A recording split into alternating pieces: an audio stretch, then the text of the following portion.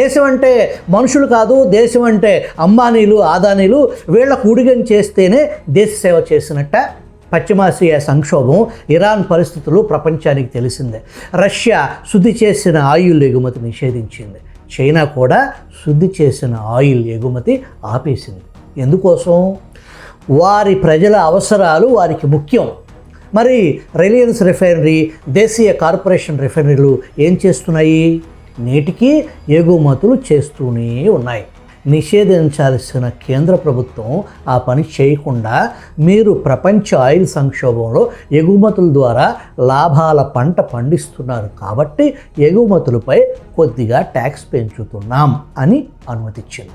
South Korea, Japan లాంటి దేశాలు అప్రకటిత lockdown చాలా నెలలుగా పాటిస్తున్నారు. అదేదో సినిమాలో రావు గోపాలరావుతో నూతన్ ప్రసాద్ దేశం చాలా క్లిష్ట పరిస్థితుల్లో ఉంది అన్నట్టు ప్రధాని దేశం క్లిష్ట పరిస్థితుల్లో ఉందని ఇప్పుడెందుకు చెబుతున్నారు? 5 రాష్ట్రాల్లో ఎన్నికలు అయిపోయాయి కాబట్టి ఇంధనంపై 2 నెలలుగా భారీగా భారం పెరిగినా భరిస్తున్నామని తాపీగా చెప్పటంలో అర్థం ఏంటి? పెట్రోల్, డీజిల్, గ్యాస్ రేట్లు పెంచుతున్నాం అనేగా అర్థం. పెట్రోల్ పొదుపుగా వాడమని చెబుతున్న ప్రధాని 100 కార్ల కాన్వాయ్ ఊరేగింపులు, సోమనాథ్ ఆలయ ఉత్సవంలో ఎయిర్ ఫోర్స్ జెట్స్ తిప్పటం ఏంటర్థం? మేము నీతులు చెబుతాం, పాటించము అని అర్థమా?